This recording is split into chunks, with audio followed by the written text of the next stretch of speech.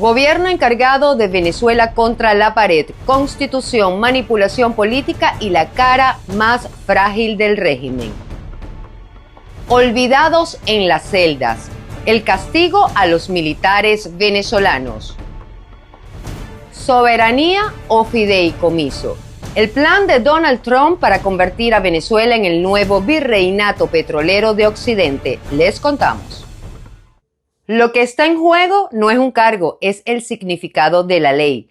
Bienvenidos a la emisión matutina de noticias de Impacto Venezuela de este lunes 26 de enero de 2026. Les saluda como siempre a esta hora Mildred Manrique. Comenzamos. El artículo 234 de la Constitución de la República Bolivariana de Venezuela fija un límite de 180 días para la ausencia presidencial. Pero la interpretación creativa del chavismo podría trasladar esta decisión a una Asamblea Nacional controlada, evadiendo elecciones y poniendo en juego la legalidad. El informe con Génesis Pérez. Con la Constitución venezolana abierta sobre la mesa, la discusión política actual no es ya una disputa de discursos, es una pugna por el significado del derecho mismo. El artículo 234 establece que ante una ausencia temporal del presidente, la cobertura por parte del Ejecutivo Vicepresidente solo puede extenderse por 90 días, más otro 90 más, con una prórroga parlamentaria. Superado ese umbral de 180 días, la norma remitida al artículo 233 obliga a resolver la situación como una falta absoluta y convocar elecciones presidenciales en 30 días. Sin embargo, en Venezuela hay dos maneras de interpretar la norma. ¿Cuál es la correcta? La ley se debe interpretar por la conexión de las palabras entre sí y la intención del legislador. No es cierto que como consecuencia de llegarse los 180 días de ausencia temporal, deba llamarse elecciones. Eso no lo prevé el artículo 234 de la Constitución. Esa lectura basada en el texto constitucional y el artículo 4 del Código Civil rechaza la idea de que el paso del tiempo sea en sí mismo suficiente para declarar la vacancia y llamar a elecciones. Este choque podría tener consecuencias políticas concretas. La Constitución solo permitirá que haya elecciones inmediatamente si la Asamblea Nacional califica la ausencia como absoluta. La pregunta es, ¿le interesa a los Estados Unidos una elección presidencial en 180 días? Yo creo que no. El presidente Trump ha sido muy claro. Nosotros vamos a estar en Venezuela por largo tiempo y adicionalmente necesitamos seguridad para que haya inversiones. Si hay una elección presidencial y gana la oposición con una fuerza armada que la controla el chavismo, pues muy probablemente lo que no haya sea tranquilidad. Para líderes opositores como María Corina Machado, entrevistada por David Alandete, Venezuela no está en normalidad política, sino en una fase previa a la transición, marcada por el colapso del liderazgo chavista y la presión internacional. Porque al final estamos avanzando en un camino en el cual yo tengo confianza en el presidente Trump. Okay. Y me impresionó mucho la preocupación del presidente Trump por la situación de Venezuela, por la gente. Por su parte, la encargada de la presidencia, Delcy Rodríguez, rechazó la injerencia de Estados Unidos en la política venezolana y afirmó que los conflictos internos deben resolverse sin órdenes de Washington. Y por eso es importante que abramos los espacios para la divergencia democrática, pero que sea la política con P mayúscula y con B de Venezuela. Ya basta de las órdenes de Washington sobre políticos en Venezuela. La tensión entre la letra de la Constitución y los usos políticos de la interpretación jurídica no es accidental, es el centro mismo de la disputa por la soberanía en Venezuela. Y mientras esa tensión no se resuelva conforme a la ley, cualquier avance hacia una transición seguirá siendo, en el mejor de los casos, un espejismo jurídico. Génesis Pérez para Impacto Venezuela. La confesión de Delcy Rodríguez sobre el ultimátum de Estados Unidos en medio de la captura de Nicolás Maduro tiene dos lecturas. Una, justificarse ante la militancia del Partido Socialista Unido de Venezuela, y la otra, una evidencia clara de la debilidad del poder chavista. El reporte con Caterín García.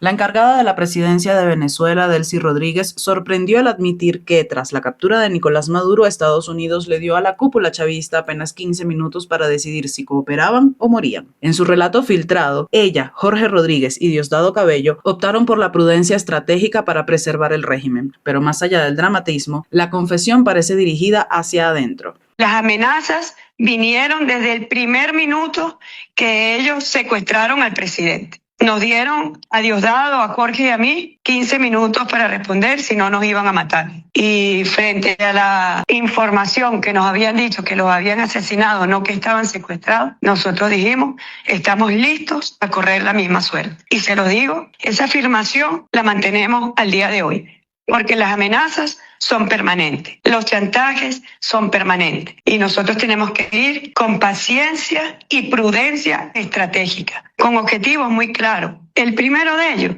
es preservar la paz de la República. El segundo, nosotros tenemos que rescatar a nuestros rehenes. El tercer punto es preservar el poder político. El audio, por otro lado, refuerza esa narrativa de miedo y amenaza permanente. Delcy habla de chantajes y presiones, de un ataque salvaje y criminal contra Caracas. Y aunque no hay pruebas claras de ese ultimátum, el presidente de Estados Unidos, Donald Trump, aseguró que el chavismo tomó una decisión rápida tras el ataque: negociar. En ese sentido, la prudencia estratégica que ella invoca se convierte en un recurso discursivo para blindarse dentro del partido más que frente a Washington. No está dirigido principalmente a Estados Unidos, sino a su propia base política. Esa es una narrativa de defensa interna que busca justificar decisiones difíciles, como la de negociar bajo presión o la de sumisión ante los designios de la Casa Blanca, y blindarse desde luego dentro del PSUV tras la captura de Maduro. Lejos de mostrar fortaleza, ese tono lo que revela es debilidad. Es la necesidad de explicar y de legitimar ante sus propias filas por qué el régimen actúa con cautela.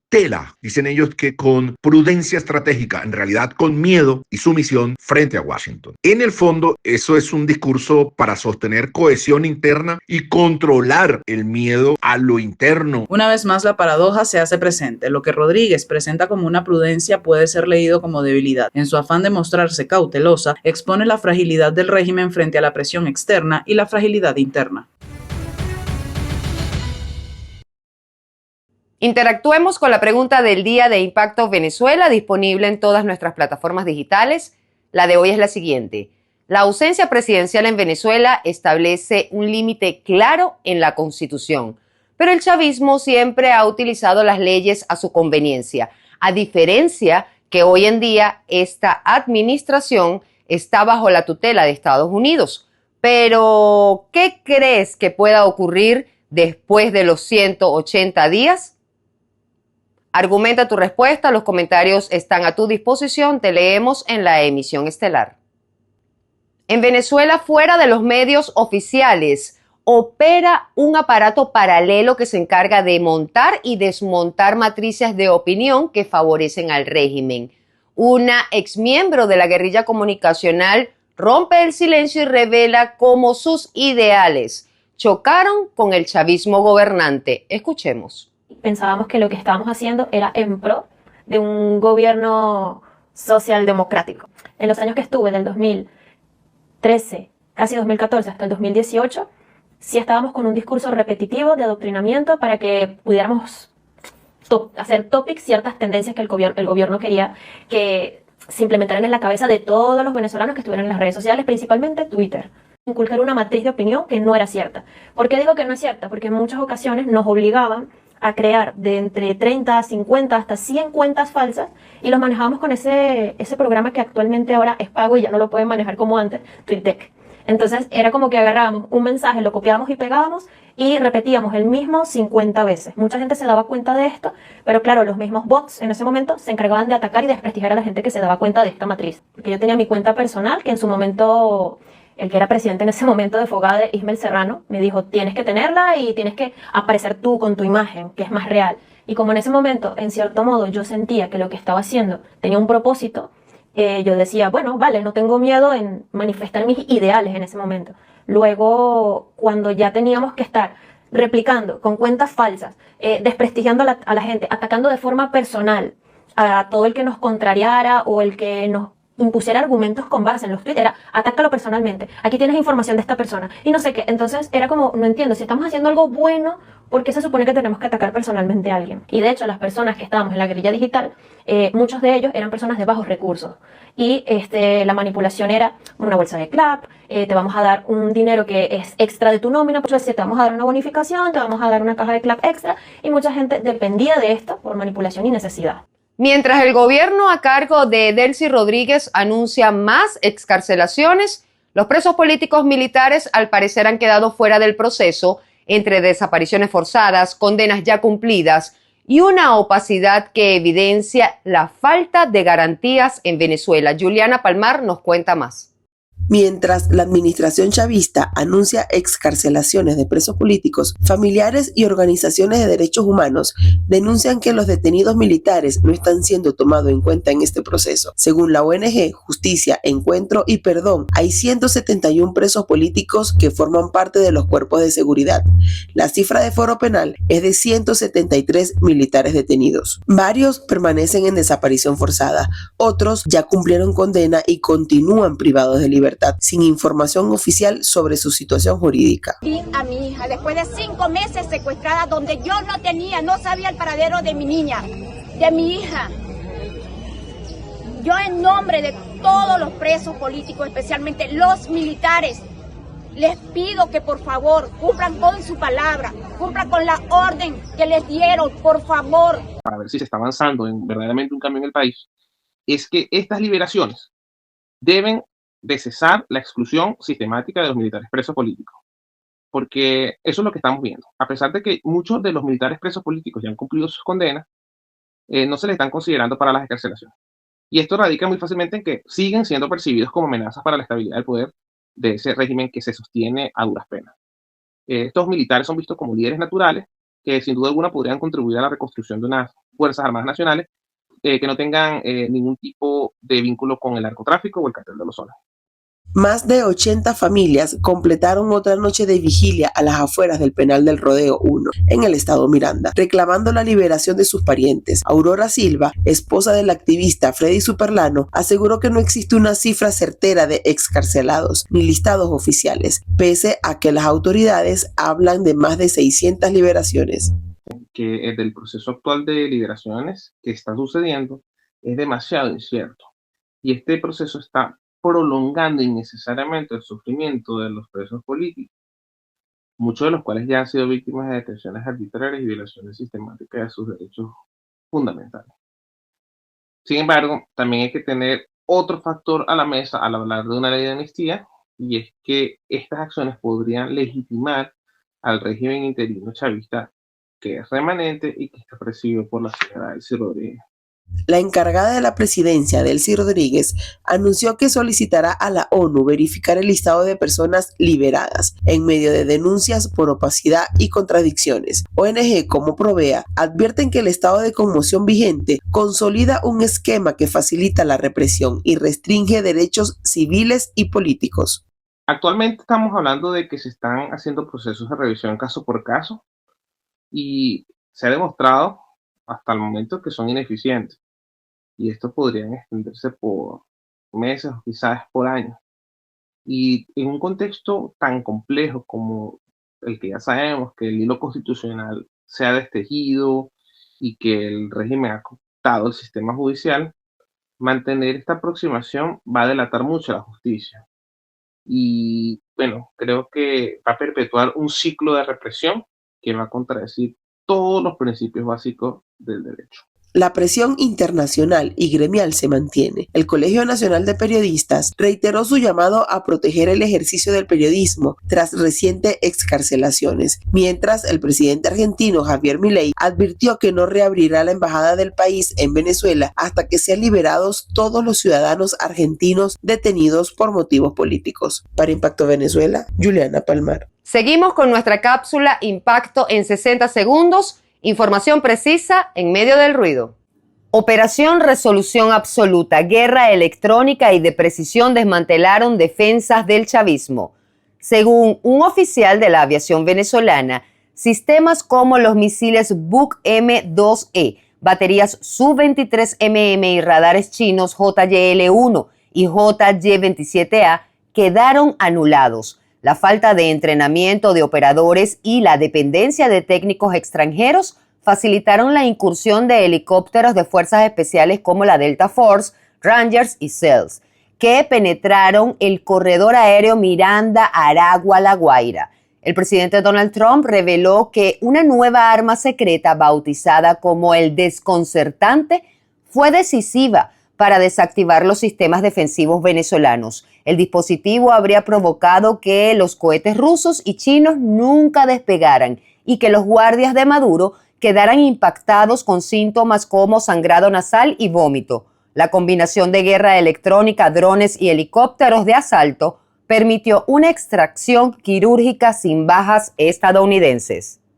Fiscalía venezolana investiga fallecimiento de exalcalde chavista en Morrocoy. El hallazgo del cuerpo sin vida de Amado José Torres Lavite, de 42 años de edad, en las inmediaciones de Cayo Sombrero, en el Parque Nacional de Morrocoy, Estado Falcón, sigue generando repercusiones.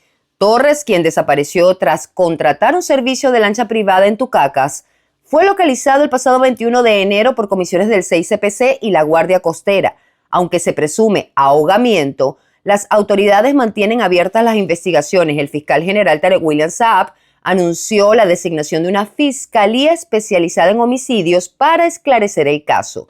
Torres, abogado y dirigente social, ejerció como alcalde del municipio Cocorote en Yaracuy entre 2013 y 2021 por el Partido Socialista Unido de Venezuela y al momento de su fallecimiento se desempeñaba como jefe de tributos del CENIAT en el Estado Falcón.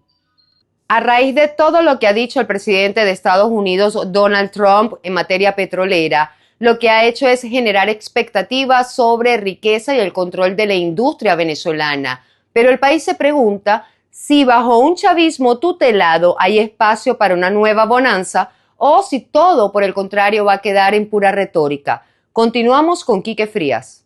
Los anuncios del presidente Donald Trump marcan un punto de inflexión para el poder en Venezuela. No habla de asistencia, habla de control de la industria petrolera. Esto, un giro trascendental a 25 años de decisiones y posturas políticas de espaldas a Washington. Podría traer consigo una oportunidad económica para un país en ruinas.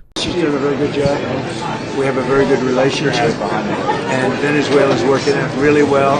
We're going to be making a lot of money for Venezuela, and they'll be able to take care of their people, and she's doing a very good job. El chavismo, siguiendo el plan que le indican desde la Casa Blanca, modifica en tiempo récord legislaciones que permiten a empresas extranjeras explotar recursos y energías en Venezuela. Sin embargo, la narrativa de la encargada de la presidencia, Delcy Rodríguez, es que mantiene control sobre los recursos. En esta incógnita sobre quién tiene control efectivo sobre la riqueza venezolana, ¿pudiera significar el plan estadounidense una bonanza futura para el país?